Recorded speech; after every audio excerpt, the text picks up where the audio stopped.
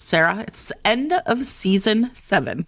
Can you believe people have tolerated us for I mean, not all people. Some people are going to be like, what is this episode? And you know what? This episode is us. It's vibes. It's Fated Mates vibes. You know what I think? I think it's really important to have like community meetings where we just celebrate the things that make romance great. This, I think, will be a really fun episode, like once we get into it. Yes. In the meantime, part of the reason we are actually recording this at the end of July, because I'm traveling and Sarah's traveling, and so we had to like do a bunch of episodes in advance again. So we don't know what the world is like. Probably not great, but this will be fun for everyone. Welcome to Fated Mates, everyone. I'm Sarah McLean. I read romance novels and I write them. And I'm Jennifer Prokop, a romance reader and editor. And today we're doing something a little different. Like we said, Fated Mates vibes. We're just going to have a fun time, hopefully leave you all with a little bit of laughter. Headphones, I'm going to say headphones in. I think so. I feel certain that this is going to turn to a way. But I know that it's probably not for young ears. Or the ears of your mechanics. Or the car wash people, whatever it is. That is by far my favorite message on social media is when one of our listeners is like, I delivered my car to the Toyota for an oil change. And as they turned on the car to bring it into the garage, I heard Sarah talking about an abundance of semen. You're welcome, mechanics of America. Sure. Making things fun for everyone. I feel like everybody's got to have those work stories where they come home and they're like, listen to what happened to me today. Especially people like car mechanics, because some of you all out there are really doing weird stuff in your car. And so, like, I am not the weirdest thing that's happening in there. I know because I've read a lot of romance novels. Like, some of these mechanics are detailing cars, and I'm not the weirdest shit they're listening to. Up. Absolutely not. But they are turning me up because they're like, what's this? I'm gonna listen to it. Okay, so let me like lay out like how we got here to where you don't know what's happening yet, but I'm gonna explain it the best that I can because sometimes I'm in charge. Well, I wasn't really sure. Yeah, Sarah was okay. So about an hour ago, I made a phone call and I was like, "What are we doing? That we're doing?" Okay. The original idea came from someone on our Discord who suggested it would be really fun to have like essentially an episode, like a TMI episode, right? Like too much information. Not for Jen. Yeah, right. And this is something I actually think is one of the most valuable, right? Like ways to frame sort of discussions sometimes about romance in a way that is just like really like chill. Is instead of like kind of shaming someone for like, how dare you like the thing you like, right? We're just like, hey, that's NFJ, right? Not for Jen or not for Sarah. Now, the problem is, and listen, different strokes for different strokes. Whoa, different strokes for different... Different strokes for different strokes. That's correct. Fine. I don't know, whatever that metaphor is. Now, we generally on the podcast like to talk positively about this genre that we love, right? Like, honestly... We always talk positively about the genre that we love. And you know what? There's like kind of a couple of reasons for that. One is because we love it, right? 2 is because it's a lot more fun to recommend things, right? 3 is, wait, can I add 3? Which is, it's much more fun to listen to people who love the thing than it is to listen to people who hate the thing. Right, absolutely. And I'm staring at one of the other podcasts out there, but I'm not going to say who. Only one. So I think that's the other thing is, and I think that like I will write about a book that I struggled with and feel like that is like a more neutral thing. But like talking, maybe it's because I'm a middle school teacher, right? Like it just at some point seems mean. So Sarah was like, wait, what are we doing here? This feels like this has the potential. And then I explained it to her instead, and she came up with the perfect analogy. That's the title of this episode. You know that gif of the lady who's trying kombucha for the first time? Yeah. It's the perfect analogy where she's like, gross. Oh, what? Maybe. Gross. Yeah. No, gross. No, wait. So actually, yeah, maybe I do like this. So the whole idea of today's episode is just like us kind of like talking like in the trenches about stuff that like we have that reaction too, where we're like, no, maybe yes, or maybe no, right? Like just like funny, really specific, like almost like microtropes that like kind of like sometimes are like strike a very specific chord in us as readers. And this is us as readers, right? Correct. Longtime listeners of the podcast, though, will know that this is more difficult for one of us than it is for the other. Oh, yeah. You're a golden fucking retriever. I'll say it. Sarah's like, I just like everything's delicious. That's yummy. Let me put that in my mouth. Eating out of the trash can. That is correct. Not me. I have a very finely... Jen's like a refined palate. She's like a, one of those like Abyssinian cats. Like, I only eat the finest of fish. I only eat tiki cat, right? I'm not getting anywhere near Fancy Feast. Not Sarah. Sarah's like... I'm like, Fancy Feast has been open for a week. Yep. Let me just put that right down the gullet. So I prefer to think of it as I have an iron constitution. Sensitive stomach, iron constitution. You know what's funny is in real life, I actually have an iron constitution. I can eat anything. Last night we were at this Hozier concert. Okay. By the way, Hozier everyone, puts on a great show. I said it. If you have never seen this man in concert, highly recommended. It was a great show. First of all, everyone, he is a romance hero. Okay, evolved. Parentheses evolved. Because at the end of the book, because he's 6'6". Oh, yeah, totally. And delicious. Oh, yeah. No, listen, the funniest part. Hands the size of dinner plates. I was with my husband, right? And so it was hot. It's Chicago in the summer. And, it's kind of windy up there on the stage. Like wearing a T-shirt like a normal person. Right. Hozier comes out in a full suit. Yeah, right. So at one point, he's sort of like, my hair's kind of getting in my face. So he puts his hair up and the fucking crowd went wild. And my husband just looked at me like, what's happening right now? And I was like, I can't really explain this to you. I just need you to go with it. Listen, this man in a chokehold, as they say. Okay, the other really cute thing is at the end, he thanked everyone in his band and the stage crew. Amazing, right? Right. And then he said, sweet. That's what it seems like. And then he said, my parents are here. No. Thanks to John. And I think it sounded like he said John and Marlene. And then I was like, wait, is that the Days of Our Lives couple? So maybe that's wrong. But it was really cute. People really like that too. No one loves the Irish like Chicago. We dyed the whole fucking New river York green. does okay. Yeah. It's true. Boston. I mean, but here's what I'll say. He's also just such a good Irishman. Right. I mean, I'm sure when he played Eat Your Young. Mm-hmm. Yeah. He showed all of the the arms data, the people dying in, the Middle East and Gaza. And there is something very powerful about the Irish connection to what's happening in Gaza. Yeah, he made that explicit several times. It was, and then in the end, when he was when Nina cried power, and he was showing all of the other kind of really famous protest songs. Yeah. Oh, that was great too. Yeah. Straight right up until recently.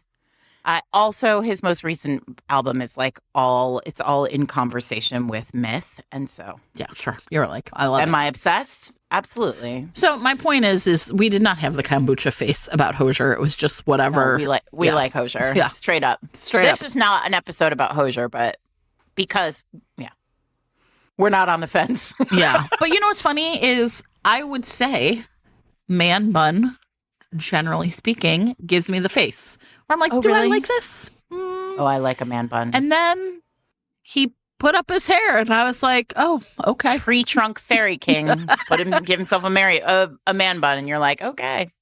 I guess this is the version I like.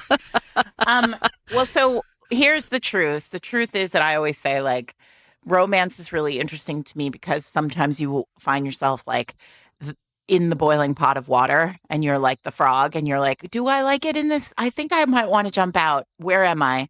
And Jen usually jumps out and oh no, Sarah stays I'm just in here boiling away. So this was the other reason why I I was having a tough time before we sort of netted out at we're going to do the kombucha gif episode because for me, I'm often like, oh, I'm definitely not into that. And then I'm like, oh, no, wait. Oh, wait. In the hands of the right author, I am, in fact, into this. Well, and I think that is probably like the baseline for all of it, right? Yeah. And also, I just want to say, like, before we get into this, the other thing that I'm really fascinated by, and I think we talked about this a little bit when we did our 50 Shades of Grey episode, like in season whatever we did it in.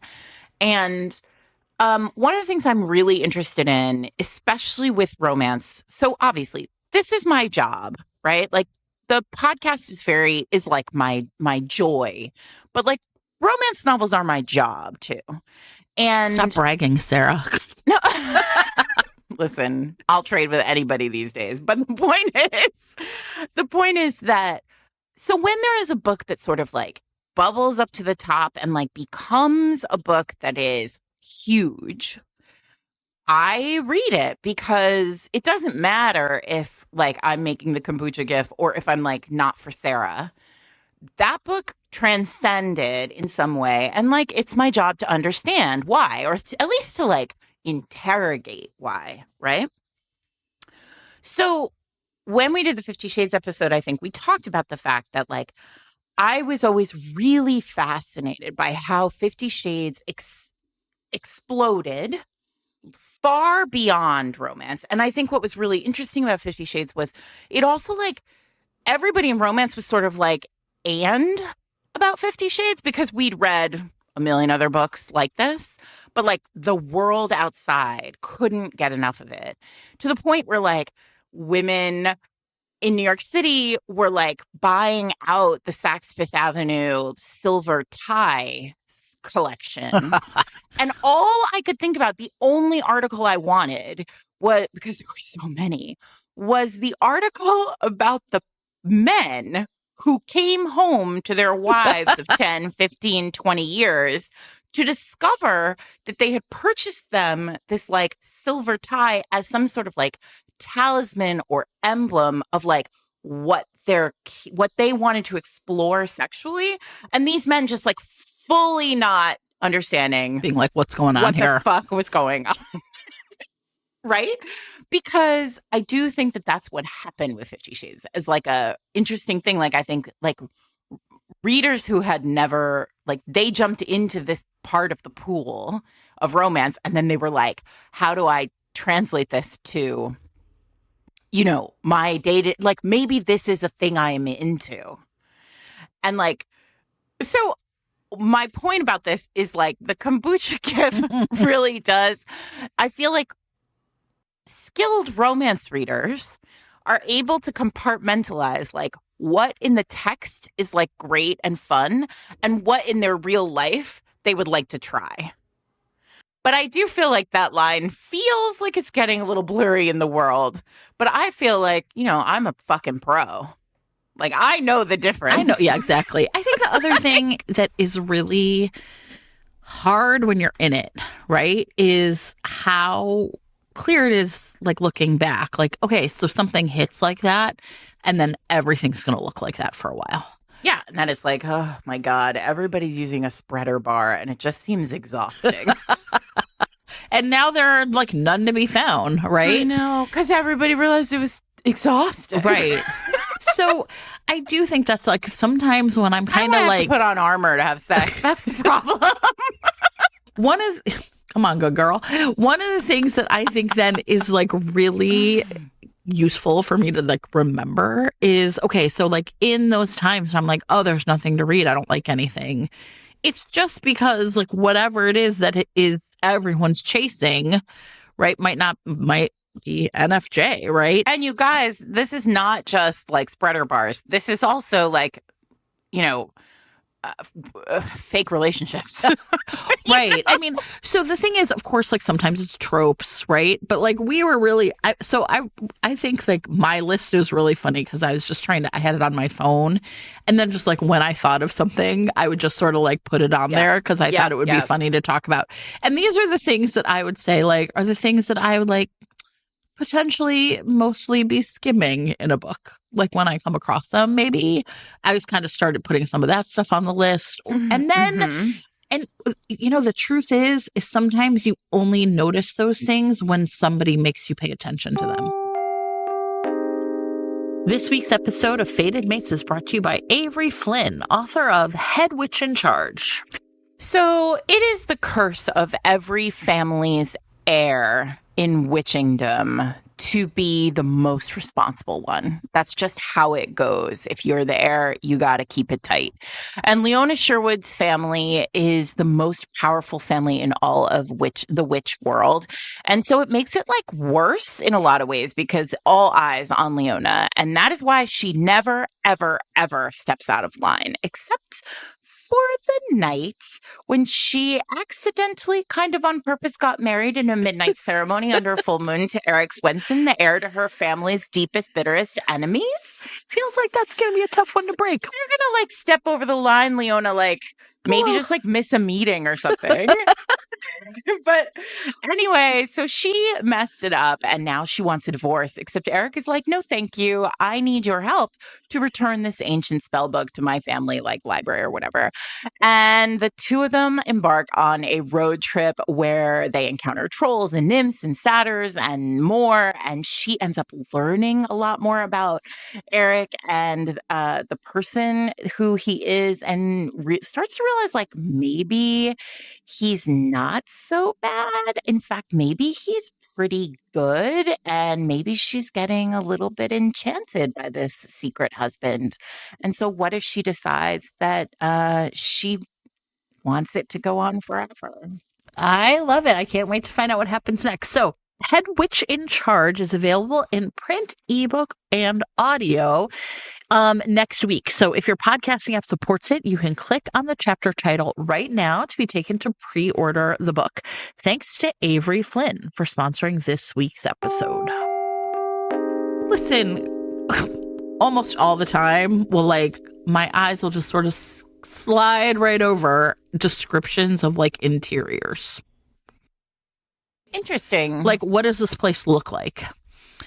And yet, why do you think that's true always? No. So here's the person that made me realize it actually was Susan Elizabeth Phillips. She really describes a room. Oh yeah, she does. She loves that. Yeah. Shit. Now, I mean, listen, so do I, so it's fine. But yeah, like, so it's really interesting though, because I was like, I think, okay, so Sarah, I'm going to admit something. Can I confess something, everyone? Okay, in Storms, there's a whole thing about Franklin's desk. Okay. And Franklin's desk was like, Chase's desk. It's an Easter egg from the historicals. Right? Yeah. And you were like, I don't understand what's going on here. No, I didn't even read it. I was like, it's a desk. Who cares? And then I was listening. To the audiobook and I was like, oh, that's so clever. Like, Sarah, I'm not kidding you. I literally just was like, whoosh. Listen, that's fine. And I think part of it is because... I mean, I'm a little bit upset because that desk has been fucked on before. But all right. I mean, listen, I love you for it. It was amazing. I would like for you to remember that there was another one. I mean, Julia Whalen, thank you for your service. But I think part of it is because I read really fast. Well, you're a fast reader. And that's my problem too. Right. And so it's kind of like, this isn't important the first time around. Like, what is happening between these people is the important thing, right? Yeah. Skip to the end. Yeah. Like, what are they talking about? Right. What are they feeling? I don't care what desk they're on. But so, I mean, I think that's like an example of something. But then I think, one of the things that's interesting about Susan Elizabeth Phillips, because I really had read a bunch of books of hers, is I think how carefully she uses interiors as a reflection, not of like, this person has money, which is what a lot of them are, but like, this is telling you something about who the character is. Mm-hmm. Right? Of course. And then I was like, oh, that's why I'm paying attention, because it's different than just like, look at the wealth of this person, right? I'm not really interested in lifestyle porn. So it's like an example of something where I was like, oh, I'm going to pay attention in a different way. But if it's just like, I mean, God love you, Kristen Ashley, but like, I'm not going to ever read about Kristen Ashley describing a room. It's just like too much for me. You know what I mean? This woman must like have a whole burn book of like her favorite like interiors from House Beautiful magazine or something. I don't know. And I just am like, my eyes just slide right over them. Yeah, sure. I get that. I get that. It's interesting because I don't know that I have something. I mean, certainly I tend toward skipping over like massive descriptions of stuff. Mm-hmm. Like, yeah. But I mean, I don't know about skipping over, but certainly not. I don't internalize them. But I actually, I think also as a person who I write a set piece location in almost every book that I write, I think that is not a thing that I do skip. I'm very interested in interiors and what they say about character. But you're right. Like, if they don't say very much about character, then what am I doing here? Yeah, like The Fallen Angel, for example, in your books, I was super interested in the fact that there was like a ladies' lounge above where they could watch. I like that. But I mean, I probably read the books several times before I was like, oh, wait, there's a mural in there. Who knew? Oh. Yeah, I mean, fine. Also, like, I think in romance, too, we spend a lot. This is an interesting piece about romance readers, right? Where we read so many books that, like, you tell me it's Casino in a historical, I have that image in my head. Like, I don't need you to go anymore. Right, I know exactly what that book looks like. Right. Whether or not that's what it looks like is a separate thing. Which is a problem for me as a reader and you as a, like, I mean, like, it's a problem for everybody. It certainly has gotten me into trouble before. You're about to use this set piece and then I think I'm smarter than you, which is a separate thing that I think a lot of voracious readers do. Yeah, we fill it in. Like, you know what my problem is? Daytime. You do have a daytime problem. Surprising absolutely I don't understand why you don't just set all of your books in Norway in the winter and just done with it. I mean, yeah, just like the sun never rises and that's that. Sure. No, I have a problem with daytime and literally, so I'm reading this book right now, which I'm not going to name because I'm not done with it and I don't know if I recommend it or not. But I am reading this book right now and literally these two characters are constantly eating breakfast. And in my head, I'm like, it's fucking nighttime. You just change that off. Yeah. Like, I literally, if it's daytime in your book, like, it's not daytime in my head. All romance novels take place at night. I mean, it's just... There's no sexy romance time. That's romance should science. Happen during the sun, like, should be touched by sunlight. It should all be dark. I do like we're going to fuck with the blinds open. You know what I mean? During the day. Like that can be... I can't tell you a single book where that's happened. Okay, you know where I can? It's in Joanna Shoop's book with the last one, The Devil of Downtown. And Justine shows up at his house and they fuck during the day in his room with the blinds open and it's hot as hell. Yeah, I remember that, but it also happened at night. That was just like one of those lights. See? I told you we'd have a good time. Exactly. I told you. Exactly. So Jen has, I think, a lot more than me because although I didn't know daytime was on my list until this exact moment. I knew what was going to happen. Don't worry. But Jen's list is going to be very funny and prepared, and mine is going to be pretty off the cuff, although I do have two that are guaranteed. So okay. Why don't you go next, Jen? All right. So Sarah, now listen, this one really comes from, I think, being a long time romance reader. Okay, and I want to talk about what I'm calling the damp to wet continuum. Oh, no. Because here's the thing. Everybody is always fucking dripping. Everything is so wet in modern romance. Like, back in the day, people just were like, it was like damp. People were a little damp. Women were a little damp. Dewy. Oh, no. Oh, wait. I've got to say, before we even start, all of these words are not for Sarah. This is why headphones in, right? And the thing is so if you go back and read like a book from before, 3 generations ago or whatever, you're just like, well, these people aren't even ready to have sex. By the way, everybody, 3 generations in romance is about 5 years ago. Fine. So. Okay, I'm a little older than that. But like my point is, you read these books, you're like, well, these people can't have sex. They are dripping in moisture. right? Yeah. Oh my God. It's really So much. so much, right? So much. So much that then when like Alexis Daria puts lube on the page, you're like, What for? They're practically transformational work here. Now, I will say, right? Like Everybody, Alexis's books are so sexy in part because like she's like, no, let's get the lube out and like do this right. yeah, exactly, right? So yeah, that's I think what's really funny about it is, but also here's my other thing. Okay, now I'm going to really get down to brass tacks. So given this, I will have to tell you one of the things that is NFJ is like, why is everybody spitting all of a sudden? There's so much spit all of a sudden. You're is a problem for you already right now. soaking fucking wet, okay? Guys, everybody is spitting a lot. Yes, there's lots. What's going on out there? I don't know. And I just feel like, but like mostly I'm like, I don't understand why. There's, okay, but everyone's, Sarah, they are practically an ocean. All right, I got to tell you though. They're a waterbed. No, listen. Why is there spit involved? Everybody is spitting. This is true. And I want to say some things about this because as you all know, this is fine for me. I'm fine. I'm just in the water. I'm fine. Sure. There's boiling. And I'm like, it's a spit boil. Ugh. Here's what I'll say. There are two kinds of spit that are happening right now. And I don't like one of them, but one of them I'm really fine with. Okay. And can be very hot. Yeah. Right? I mean, sometimes I do think it's hot. Now listen, okay, it depends on where they're spitting. Let's be clear. Agree. Okay. Fair. So if they're spitting above the waist, I'm like, what the fuck is going on here? Like, if they're spitting in your mouth, no, sir. Get out of here. Also, because let's be honest, like this is definitely happening in cis hetero men. This is not happening in like, I mean, it's happening with men. How about that? Yeah. If they're spitting in your mouth, that's a hard pass for me. Yeah. I think that's where I'm like, I don't want it. That's gross. But no, we're not kink shaming.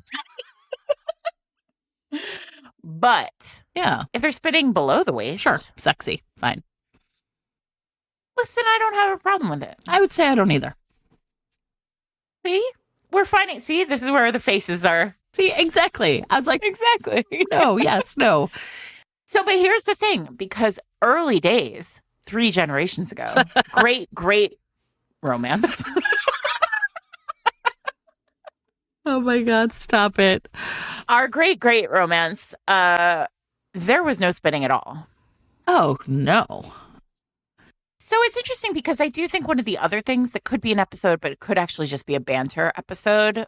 Those of you who don't know, we sometimes do it. We throw an episode every once in a while. Jen and I have a like real if you talk. like this, I mean, yeah, some people are like, you're going to already. love Banter Plus. But we do one episode a month for our Patreon subscribers, and it's usually like let's really dig deep on the spinning, which we've never done spinning, but the point is that I think this is one of those things that like people are trying. Is it possible that authors are attempting to like out kink each other? That's what and so they're like spitting is hot because of porn? Like people spit a lot in porn, right? Remember we were talking about like the ebb and flow, of just like things kind of going in and out of romance. And I do think that there is like sort of a feeling of like, if other people are doing it, then I should maybe do it too. Or like we have seen a rise of a lot of things. You know what else I think of though? Mostly what I think of is, do you remember that scene in Sex and the City? The first time Miranda is with a man who wants her like to rim him.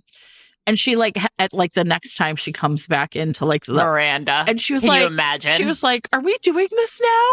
You know what I mean? Like, and I feel like sometimes that's what's happening. Like people are like, "Oh, are we doing this now?" Okay, exactly. Put some spit in there. It's like my favorite quote from Sleepless in Seattle is when, what's his name? The director Rob Reiner and Tom Hanks are like walking down the street in New York City, and Rob Reiner is like, "Oh, dating, what is it? It's just you go, you have tiramisu, you blah blah blah." And Tom Hanks goes, "What's tiramisu?" And Rob Reiner goes, You'll know it when you see it. Yes. Right. Tom Hanks goes, well, some lady's going to want me to do it to her, and I'm not going to know what it I'm is. not going to know how to do it. Exactly. No. And that's how I feel about spit. I feel like spit is just the tiramisu of, 2025. All right. That's fine. All right. So that's it. I'm just like, listen, not everything has to be so wet. You can use lube. It's fine. It's fine. Fine. Yeah. And saliva. I think It lube, doesn't actually do the job the way Right. the other things do. I was So like, it's fine. lube is designed for this purpose. Saliva is just I designed do to, think, I think often help you about an digest author that things. I knew who was like moving into anal in her books, at least. And Are we she doing was this like, now? No, kidding. well, and I think in her mind, she was like, how do you handle lube in a like sexy, Yeah. breathless, like we weren't intending to do this here in the garage kind of way. And I remember being like, well, I feel like this particular kind of sex act, You if should it's be the first prepared one for. in the book, you're probably not in the garage. Like maybe he like throws her over his shoulder and like takes her into the house. Where the lube is. You know what's funny? This is just me spitballing Do you- here. So you said spit. Do you remember how there was like a time, and I think we're past it now, and I'm glad for it. And maybe this is why. Maybe this is just like the evolution of like introducing the sex act as being a pretty normal one that like a lot of people enjoy, right? Is it was like a food. Do you remember that? It was like someone Oh yeah, like pudding and like they butter, would and eat you're like, food. yeah. Oh no, you mean lube wise? Yes. Oh yeah, they would use like butter or oil. Not that doesn't seem safe. I don't know. I'm not a doctor. But I think that's probably what that was, right? Is like sort of like people, potentially authors being like, I can't show that like these people wanted to do this because of the way this sex act has been shamed. And now I think it's just so much more matter of fact. Like to me, I feel like, we've talked a lot about like the ripping of the condom wrapper. I feel like for anal sex, what it is now is just like the cap opening. Like that's like the yes, right, and that's it. You just Listen, say like somebody could write a dissertation on that exact thing. Listen, the like sounds of romance. yeah, and so I think You're like right. so I think like one of the things is like now this is like a pretty matter of fact thing that lots of people enjoy of all kinds. There is nothing shameful about it, and now it's just like we don't have to pretend they were like, ooh, while in the kitchen eating chocolate pudding, I had this great idea, right? And so I do think like maybe that's like a good thing. See, look at us solving We're changing the world. fucking grass, saving your life. I mean, No. you guys, if you don't know what that reference is, you just have to check show notes. I can't go into it right now. It's too much. It's just too much. It's a romance classic, though. This week's episode of Fated Mates is sponsored by Rose Prendeville, author of Grace on the Rocks. Sarah, I have never read a book description more stressful, and I like to read Jack Reacher books. In this one, we've got Grace Rios.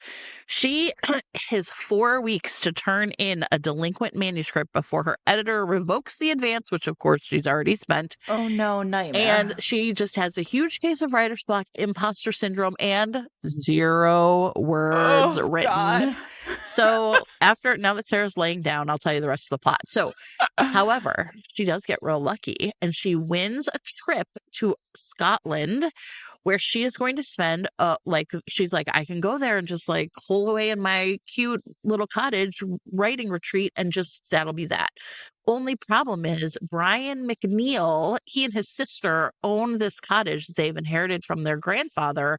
And when he returns to Scotland, he's, kind of has a plan to renovate it and he wants to go off the grid and find people to help fund his dream of opening a carbon neutral whiskey distillery. And instead, there's this lady in the cottage because his sister has rented it out to Grace. So anyway, there's only my one God. bed. There's an annual summer music festival. Oh my God, she's never going to finish her book. She's going to be too busy smashing Brian. Oh God, Grace. You say that like it's a bad thing. Anyway, Grace, we believe in you. Grace, We you can. better take up a career in whiskey distilling because that book's not getting finished. I believe in Grace. I believe in you. So check it out, everybody. If you are interested in reading Grace on the Rocks, then you can do that right now. This is first in a new series from Rose. And first-time newsletter subscribers to Rose's newsletter can get a coupon for 25% 20% off. So that's pretty great. You can do that at roseprendeville.com. In the meantime, though, you can read this book in print or ebook or at Overdrive and Hoopla. And if your podcasting app supports it, click on the chapter title right now to be taken to buy the book. Thanks to Rose Prendeville for sponsoring this week's episode. I'm going to take it to a much more serious place. Oh, good. And say, men who don't deserve to suffer. Who are those men? Well, there are too many of them in romance right now. Oh, yeah. Yeah. Listen, I need my men to suffer. You all know this. I need them to be handmaidens of the patriarchy. Or at least representative of it. And then I need them to be broken and crawling over broken glass to or at least sort of required to evolve into sort of a Hosier-like character at the end. Sure, fine. Yeah. Romance hero, parentheses, evolved. Sure. But I need to see those like parentheses. a Pokemon. Exactly. Level 10. Sure. And so that is my problem right now. I feel like kombucha-wise, I'm more willing to take a sort of half-evolved hero at the beginning of a book these days than I was at the beginning of my life as a romance reader. But I'm going to need my men to do more work in romance. And not just chores work. Yeah, we'll talk more about that in a minute. I think you can make many cases, give me many examples of books where I'd be like, yeah, this is fine. What I think is the real problem for me is when they have no arc. You will need them to have parentheses evolved. Yes, exactly. Like a character arc is a fine thing. And I think that to me is like the real promise of romance, right? Is that this relationship is going to make the people involved in it have to change to be together. Correct. Right? And so it doesn't matter if it is a why choose romance with 7 people or 2 people, it doesn't matter. But the whole point is being in this relationship means the people have to change. For both of them or for all of them, right? And I think one of the things where I see a lot of, and listen, I'm sorry, this is a statement that I think I've read so many examples of it. It's not even about any one book in particular. So if you're listening and you're like, this is about my book, I may or may not be. It's about a lot of books, right? Probably not, though. One of the things I'm seeing a lot of is the return of heroine only point of view. These are in MF romances mostly, right? And the thing with this guy is the reason we can't have his point of view is because he's been in love with her all along. And therefore there's no tension there. And he has no arc. He's just waiting around for her to figure it out. And then at the end he says, I've been in love with you all along. How did he change or grow? What was the challenge that, falling in love is a complicated thing. And so I find that's, I don't think you need to suffer, but at least this person needs to be a person. And that I think is the real, I think we have the same issue, right? If you can't make them suffer, I guess, but can they at least be a dynamic character? The E.M. Forrester of it all. Yes, but also I feel part of okay, listen, I say crawling over broken glass, I say break them. But that's not really what I mean. This is where I make my kombucha face, right? Sometimes, yeah, fucking break them. And sometimes I just need to see that if all was lost, they would be devastated. I just need to see it. And I need to see that she will be okay without him. Yeah, interesting. I really believe that in a romance novel, the heroine would be fine without the hero, but the hero would not be fine without the heroine. You know what? Except in an MF romance. And if I was editing right now, I would just be accept that. I'm going to accept that. People are going to be mad at me on the internet, I guess. But yeah, that's how I feel. Well, I do think because one of the things I've always really loved about romance is that I think it deeply respects the inner strength of women as characters. Yeah. Whereas the world in general thinks that men are very strong. And this is a place where they have to figure out that the strength that is valued in their workplaces or whatever is not the same. So yeah, I accept all that. That's how I feel.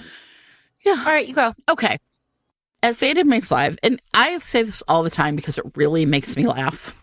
Kate said once, because Kate loves a cowboy romance, and I was kind of like, why do you like these cowboy romances so much? I'm always really interested in like why a certain subgenre like really hits for people.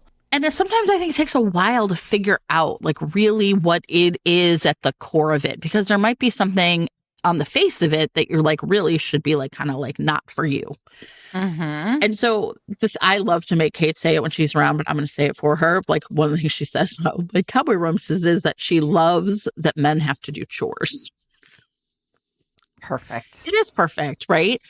And I think it was really interesting because apparently a few weeks ago was it at McNally Jackson, where it was Tressie and Sanj and Regina Black and one other person.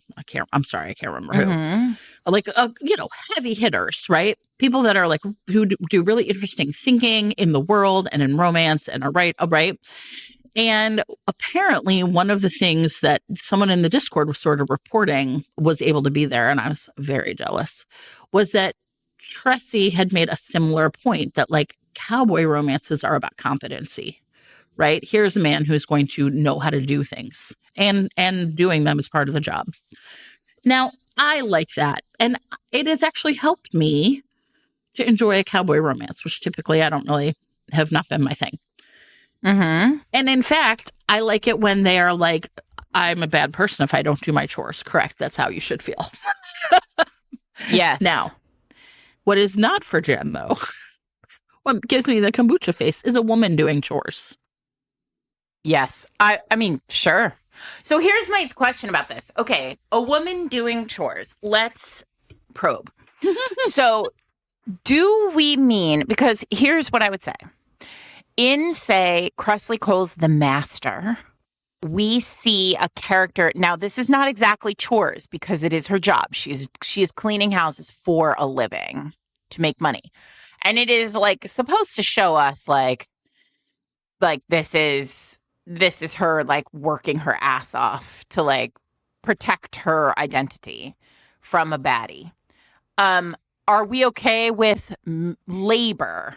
Oh, yeah. Or is it specifically chores? I think it's specifically like household type chores, because chores where like I'm not getting paid for my work. Yeah, like second shift type stuff, right? Like essentially, right? Which is like, so a woman is like goes off to work all day and then she comes home and she's doing, chores or like laundry or whatever. Yep. Now, I think part of it is because this is like one of the very things I am like trying to escape when I'm reading romance, right? Like I'm like that pile of laundry or whatever. Mm-hmm. But I also think that one of the things that I really like about romance is how often women as characters, kind of regardless of now whether or not it's like an MF romance or right a sapphic romance or whatever, mm-hmm. are able to like create spaces for themselves that they love being in, that they feel like safe and happy and secure. And you know what I mean? Like, no, and this is often like a journey that I'm often really interested in. Right. So here's a person who maybe like growing up didn't like, right. Like a good example is in Nero by S.J. Tilley, right? Like the main character is like, she has her apartment and she grew up in a really unhappy home. Like she had essentially an abusive stepfather. Mm-hmm. And like, and the thing that's like really interesting though about this book is like, she feels like safe there, but she's also like kind of stultified. She doesn't know how to enter the world. I think for a lot of women, especially if you have families, home is a place where like a lot of shit needs to get done and you have to do them. And I think one of the things I really like in romance is when women instead don't feel that way when they are at home. Does that make sense? Yeah, of course. Okay. So yeah, that's what I was going to say. I was talking to somebody, where was I recently? I was at the office as a book of the month, which let's stop and hear about that. Because, These Summer Storms was selected as a July pick for book of the month, which was very exciting for everybody, not the least of which me. And as part of that, they invited me to go into the book of the month offices to do It was so great. They threw me like a little party. That's so fun. And one of the staff members there, listen, they have a very cool office in Manhattan. And one of the staffers there is a mixologist, like she like loves to make cocktails. So she invented a cocktail That's amazing. was the colors of the Storm's cover. And also had like thyme simple syrup in it and like THYME because there's wild thyme in the book. Like it was really lovely. And as part of it, they asked me to be on their podcast. So I did the interview for the podcast. And one of the questions that was asked was about it was sort of not related to chores, but it is related to this idea of like there is a fantasy in romance that there isn't in other kinds of books, right? And what I mean by that is the question that she asked was about one of the things that you've talked about a lot, actually, which is like at the end of a romance, things have to be tied up. Yeah. Right? Right. Like you can't end a book, a romance novel, and have like the reader continuing to ask a kind of big picture question about the characters, the world, the like the happiness, the whatever the promises are of romance, right? But in a work of, say, commercial fiction, you can end it with sort of an open-ended, like, I don't know what's going to happen to these characters, but like maybe they'll be okay, right? Which is why I'm literally out here dying on the hill that Storms is not a romance novel, right? But so we were having this conversation and I said, you know, I think romance novels traffic in a very particular kind of fantasy, right? About wealth, about power, about chores, right? Where like if we take as gospel that romance is about like showing us the myth of a society, right? Like carrying, holding a mirror to who we are, but also showing us who we are in our best self, at our best selves, like moving us toward like joy, happiness, power, like partnership, equity, all of those things, right? Then we are in a position where something like chores doesn't have space in a romance novel because we're never going to get past that, right? Like we're always going to have to do chores. But like this is other things too. Like it's lots of our real life doesn't go into a romance novel because it's not part of the fantasy, right? It's not part of what we want at the end. Yeah, I think it's just like built in, so I don't need to talk about it. I know that happily ever after in my life requires me to like wash dishes. Right. So why talk about it? Yeah. I don't need that to be in my romance novels. And so while I don't mind it if I'm watching somebody wash a dish in romance, though I think like this is part of why like a lot of fic just doesn't make any sense to me at all because like I don't need to watch you just like living your daily lives with characters. I don't mind it, but as you know, I do have one significant problem, which is a very daily real life occurrence, which is not one person ever in the McLeaniverse has ever used a bathroom. Never. My characters would never because they're like murder bot. There's just smooth down there. I don't feel there's just no need. So, like, and honestly, anytime I'm reading a book, historical, contemporary, anytime I'm reading a book and a character uses the bathroom, I'm like, why? Why are we doing this? I don't want to do this. Chamber pots could not be me. I'm sorry. Yeah, no. Because that just feels like body chores. Exactly. I mean, a shower, a bath, make it sexy, great. But yeah, no. Yeah. None of my characters use a shower either, unless there's going to be sex in there. I mean, they do obviously use showers, but like, why am I in there with them? Right. Right. It was like simply not your business. This is not my business. You know what's really funny about that though? Like seriously though, one of my all-time favorite like moments in A Hunger Like No Other is Lachlan being like discovering the shower. I mean, this thing is fucking great. Well, that's different. But it's that's different. Time travel. This week's episode of Fated Mates is brought to you by 1001 Dark Nights, publishers of the Hearts and Hidden Secrets collection. We love these collections because they deliver 4 terrific romances by authors who know the job. And this particular collection, which is a family romance collection, meaning all the stories in here revolve around some kind of family situation. So maybe single parents, maybe surprise pregnancies, maybe a long lost family member comes home and causes chaos. These stories are by Devney Perry, Helena Hunting, Lauren Blakely, and Tijan.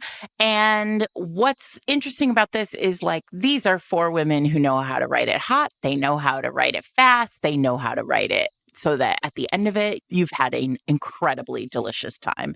So if you are interested in checking out the Hearts and Hidden Secrets collection, it is available in print or with your monthly subscription to Kindle Unlimited. If your podcasting app supports it and you click on the chapter title right now, you can be taken to buy the book. Thanks to 1001 Dark Nights for sponsoring this week's episode. You know how there's like Murphy's Law? I do know about Murphy's Law. Are you familiar with Murphy's Law? Or say the law of Newtonian physics? I have something like that. Sure. McLean's Law of Romance Heroes, and I'm sorry, but this is binary. Yeah. Everything else in the whole world is fluid. Yeah. But I am pro fluidity in all things. It's a continuum. It's fluid. Fine. But this is not a continuum. This is binary. Okay. It is unfortunately specifically about heroes in romance. I'm sorry. I do not claim the law about heroines, whatever that may be. You don't know. All heroes of romance are either poopers or not poopers. This is why I'm fascinated by your I don't ever want them in the bathroom, but then this is how you frame this. So tell us more. I honestly cannot tell you how. I know where this came to pass and who I was with, but I do not know what sparked it. But I am right. Everybody out there is like, no, what does that mean? A lot of you are like, what is this? Okay, this is actually it's just true. Yeah. It's binary. Derek Raven is a pooper. Tom Severin is not a pooper. And that's all you need to know. You figured it out. You intuitively understand it now.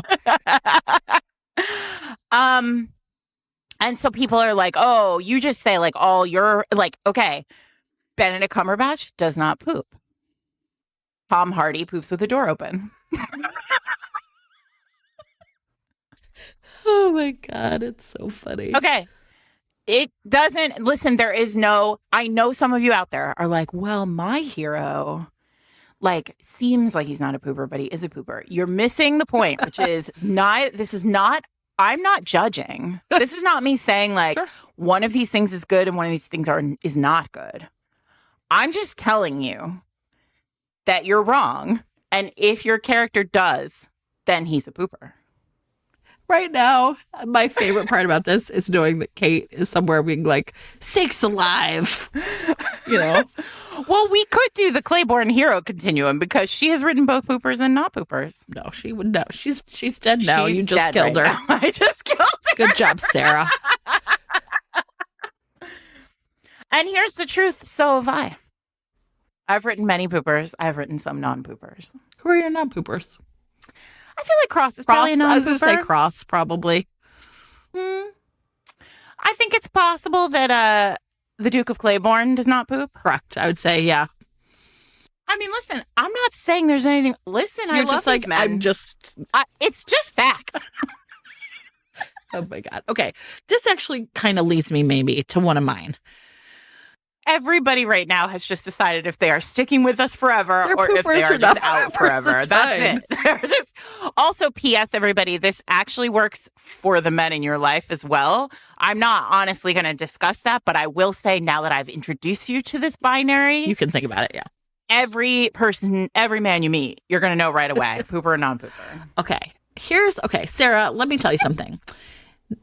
When it comes to menstruation, I am pro in romance that like I want characters who menstruate just to talk about it. We're really down the hole. We are. Here. I'm gonna make this one quick. Yeah, Right? Like I really do. I think like I am always really appreciative of people who are like, you know what? I had cramps and it like right, like or just like it can be such There is a terrific book where it's done great, and that is Lauren Rose The Club. Oh yeah, you've talked about this. There's a Jenny Holiday, the prequel novella to the Bridesmaids trilogy. I can't remember the name of it right now. She like suffers from really debilitating cramps, and the hero's just great about being like, let me take care of that for you. Mm-hmm. And I always find myself just like really grateful for like the mention that this is, you know, something that can really be a part of something that is a part of your life, right? And sometimes it's really manageable and sometimes it's not or whatever, right?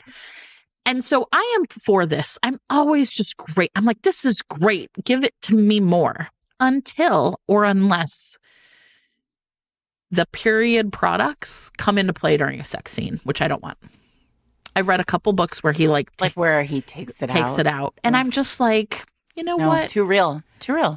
I just want everyone to be able, and you know, those characters thought it was sexy. I'm not saying that like. See now, okay, but also interestingly, so you just said that we did not prep this, everybody. I will cede that. However, you know what I don't have a problem with? Him leaving to take a condom off.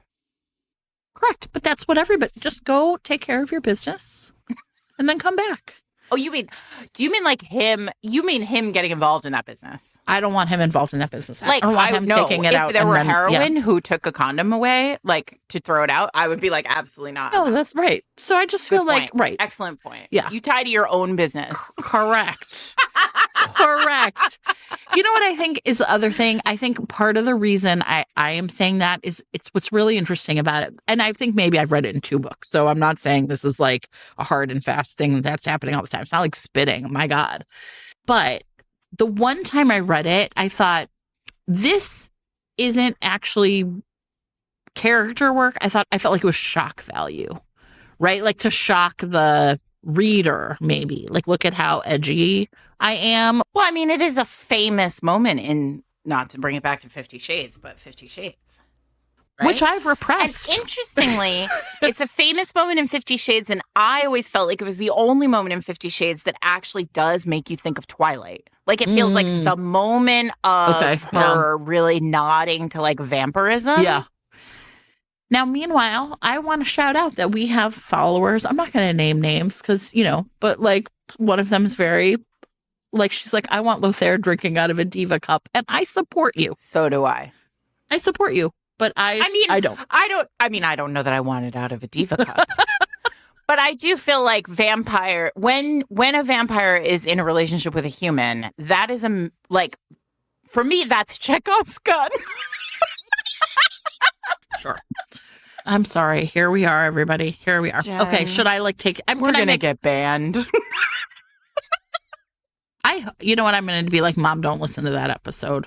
You guys, listen, this is terrible. My mother remember like a couple episodes ago God. when I was like at the very situation. end, it's fine. Where I was like, there's this thing we say in my family, but don't worry, my mom's not going to listen to it. It's like an hour into this episode and we'd like start off with something really dirty. My mom listened to the whole episode and then told my brother about it. And I was like, uh-oh. Hi, Mom.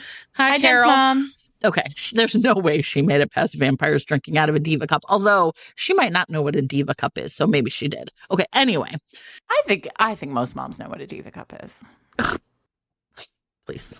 My 78-year-old mother does not know what a diva cup is. You don't think, I don't know. She's pretty cool. She listens to us.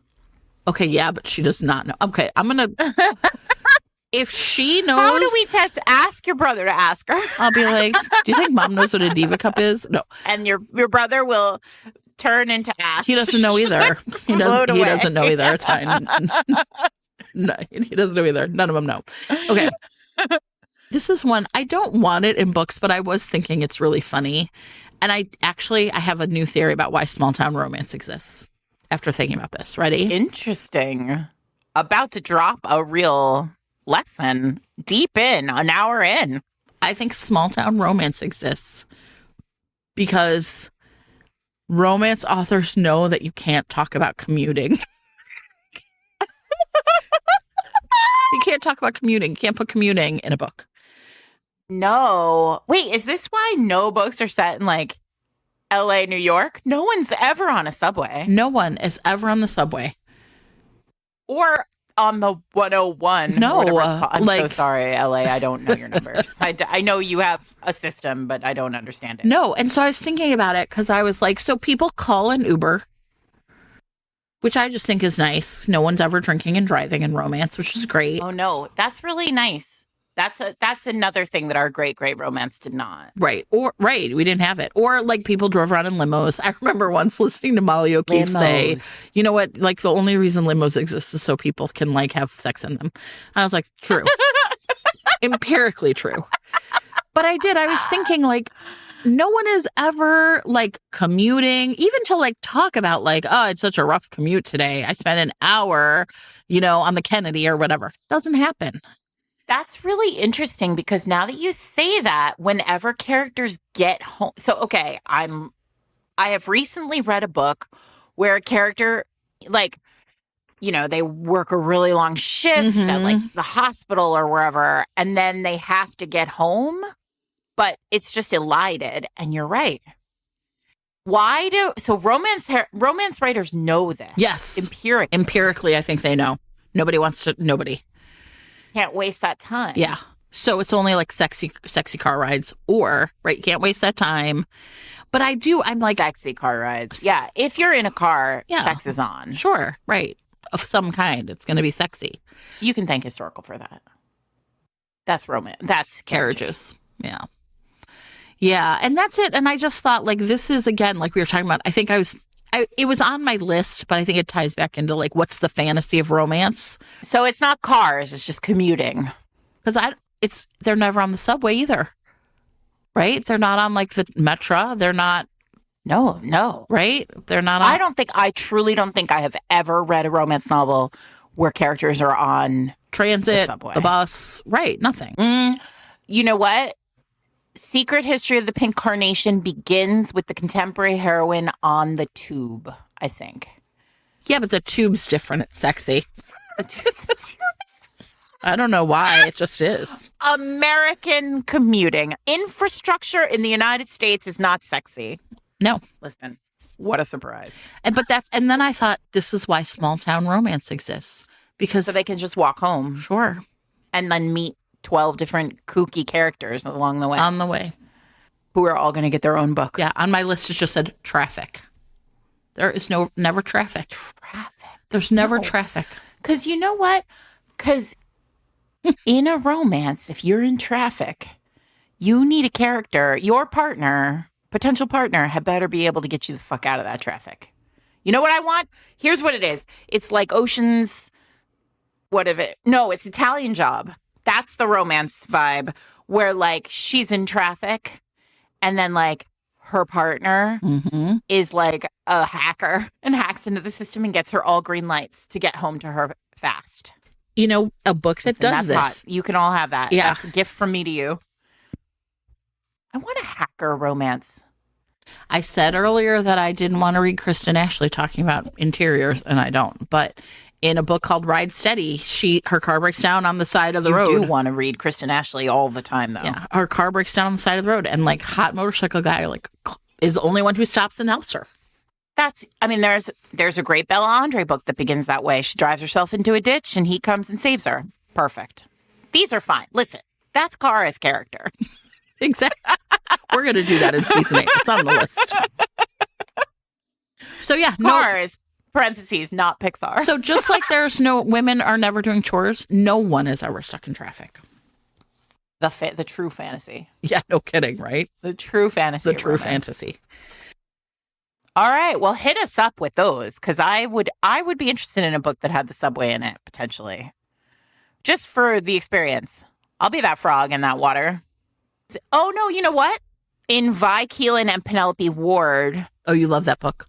I love it. I mean, I love this book because it is a perfect example of how absolutely unhinged romance can get, and we'll still read it and love it. Like we're just like, oh yeah, that totally checks out. In Stuck Up Suit, it begins with her on the subway on the commute, and he is on his phone, and he is like chewing somebody out on his phone. And then he accidentally like leaves his phone on the subway. Oh, it's like that. You talked And about then this. Yeah. well, you all know that like my whole, like if every single book in the world had some sort of mistaken identity or like mysterious, like you don't know who I am, but we act yeah, like right. that would be like, I could never get tired of this as a trope. And so she like basically like fucks with him by like using his phone to like get back at him. And it's great. Like it's great, but it does start on the subway. But a good example of the train is how is the meet cute. All right, Sarah, I'm going to say one more These thing. are all good. I'm going to say You one have more one thing. more? I do. Do you have more? Or I don't. okay. Because I'm so easy, everybody. Sure, you just love it all. I really do. I think what's interesting is here's my toxic trait. How about this? It's the moment I hear something and I'm like, that sounds wacky, like unhinged. I'm like, wait, a sentient door is the hero? Sure. Yeah, okay. I'm in. Like, I mean, Morning Glory Milking Farm, absolutely. I immediately downloaded that book. And that is the problem with me. But also, listen, the joy I bring to the world is, let me tell you about this weird book I read. I never want to ever, and I really mean this, read any time where people at a fucking farmer's market.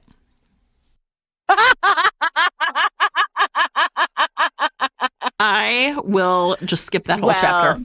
Sorry. This is obviously not an opinion I share because I love a chef romance more than I love most things.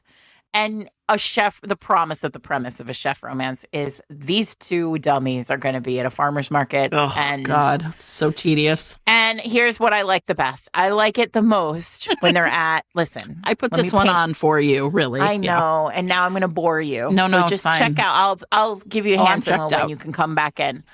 My favorite is when like he's a Michelin star chef or whatever, and his partner like thinks that he's like grumpy and like irritable and terrible, but they happen to like find themselves at the Union Square the Union Square Farmers Market in New York City. And all of a sudden, like all the vendors at why do I keep saying holiday?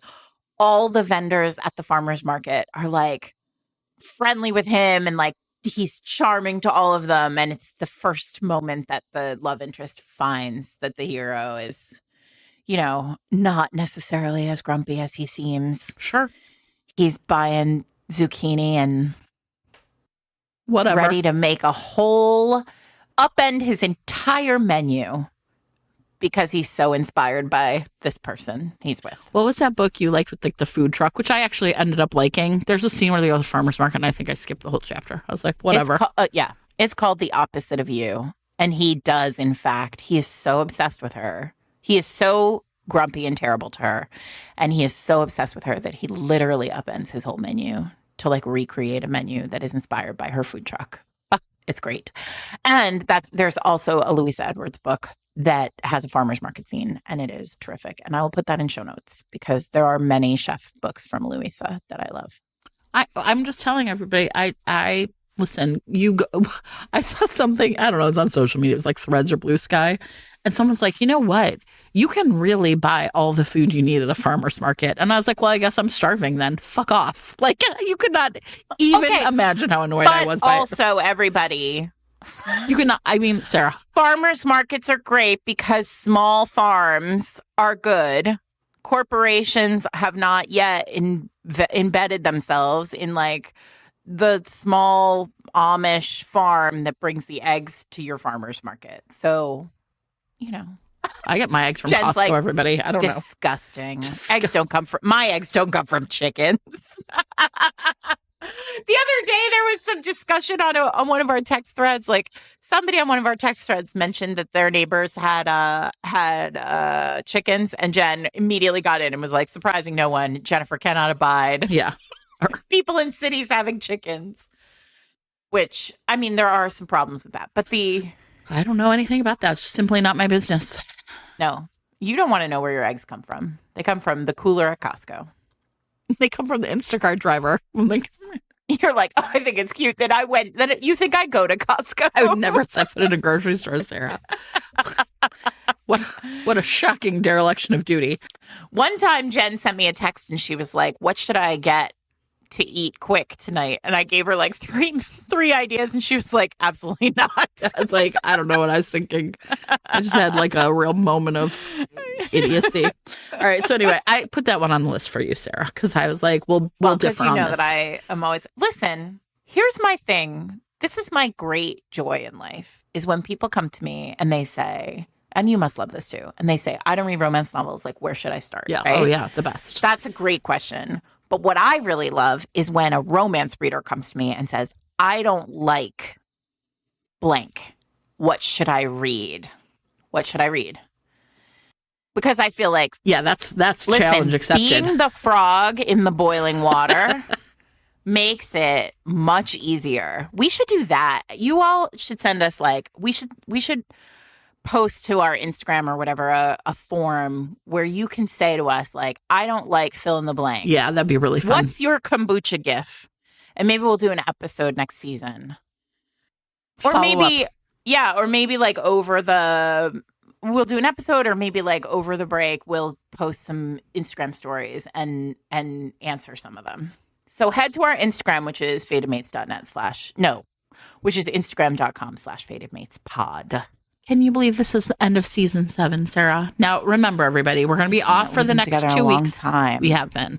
We're going to be off for the next 2 weeks. Although, who knows? Sometimes Eric has plans and things drop into the feed, and we don't know enjoy what's going on. But they will be reruns, if you know what that word means. Okay, so we are going to be back for season 8, starting in September. We're very excited. We're still here with you. We're here with you for as long as you're here with us. How about that? But Jen, personally, my friend, look at us. 7 seasons, still on our bullshit. But this was a fun one. I told you it would be. It was a really fun one. I apologize if we insulted anybody. And I do hope that if any mechanics are listening, that you had a great time. We are Fated Mates. And I'm Sarah McLean. I'm here with my friend, Jen Prokop. You can find us every Wednesday, except for the next 2 Wednesdays, at fatedmates.net or wherever you get your podcasts. We are right now booking ads through almost winter. So if you are thinking about running ads, you can send an email to Eric at ads@fatedmates.net and he will send you the information. But heads up, our ad slots through the fall are getting tight.